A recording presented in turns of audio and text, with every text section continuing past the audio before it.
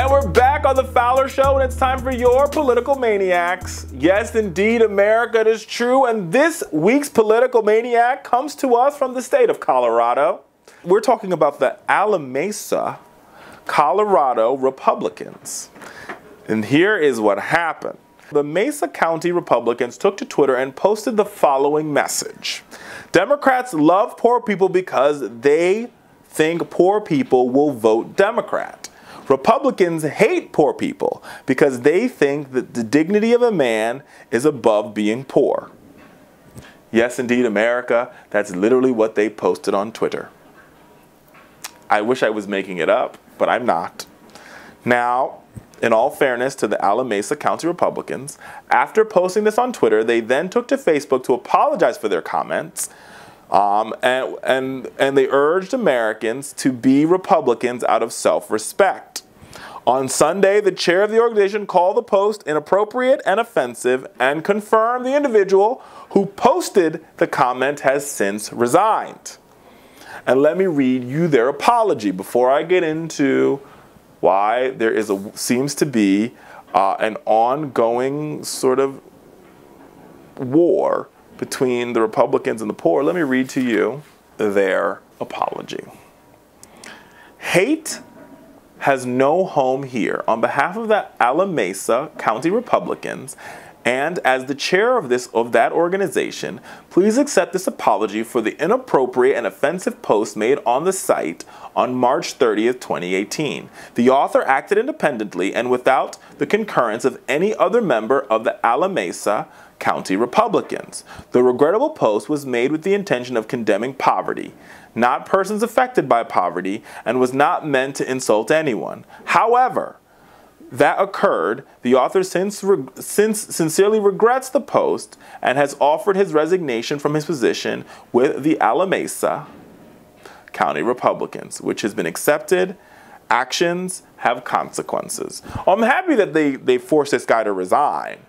But there's a larger problem that we have at hand here, is that the Republican Party seems to play this little song and dance with America's poor people, and guess what? We can see right through it. The GOP tax plan did nothing for poor folk. If you earned less than $48,600 a year, this bill really didn't help you at all. Meanwhile, millionaires and billionaires stand to save hundreds of thousands of dollars per year in taxes. If you're poor, the Republicans say, good luck and Godspeed.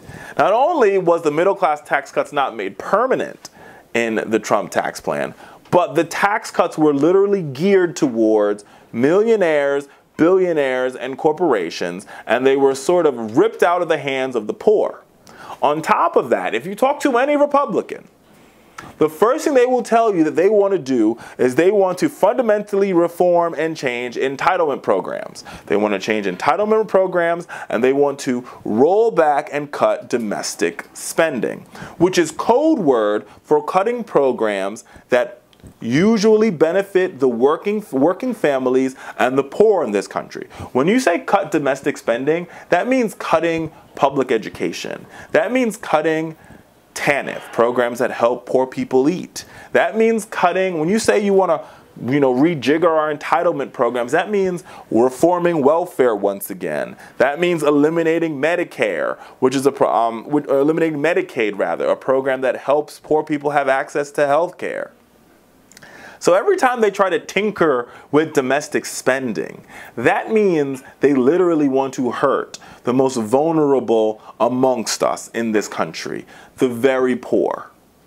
And they do it subtly, and they also do it just blatantly in front of your face. Like the humiliating laws they pass, like if you benefit from TANF, or if you happen to be on Section 8 housing, we're going to force you to take a drug test.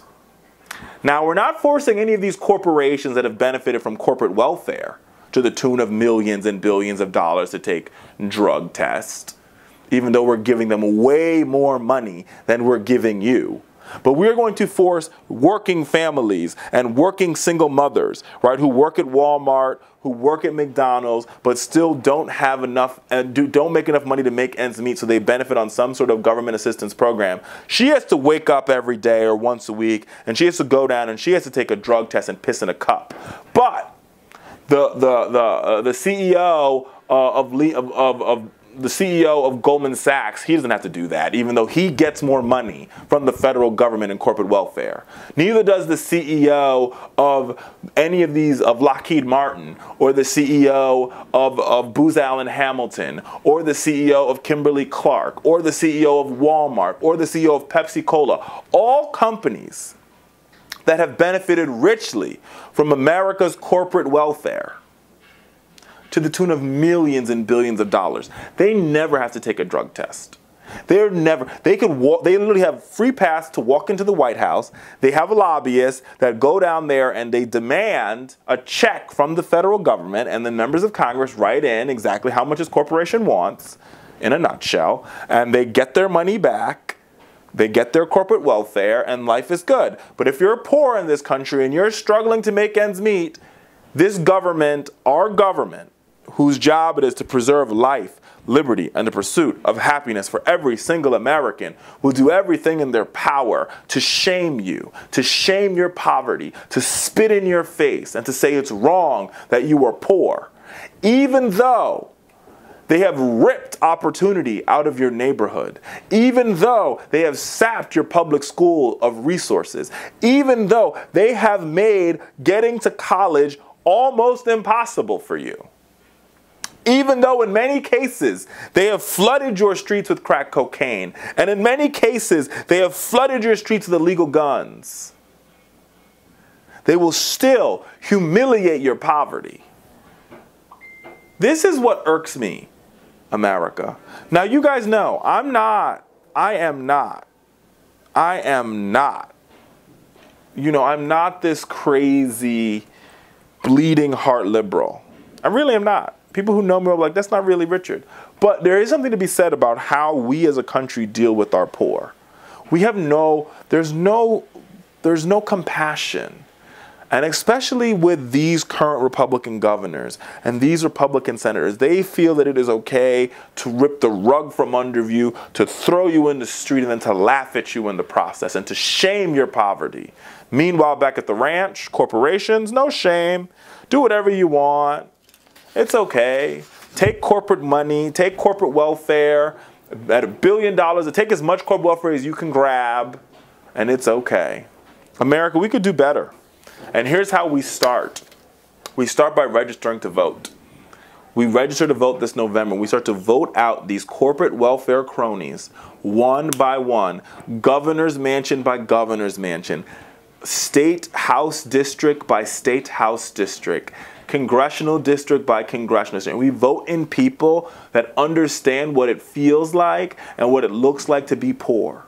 And we put in people that will stand up and fight back to make sure that we have a level playing field for every single American, no matter their color, their creed, or their citizenship status.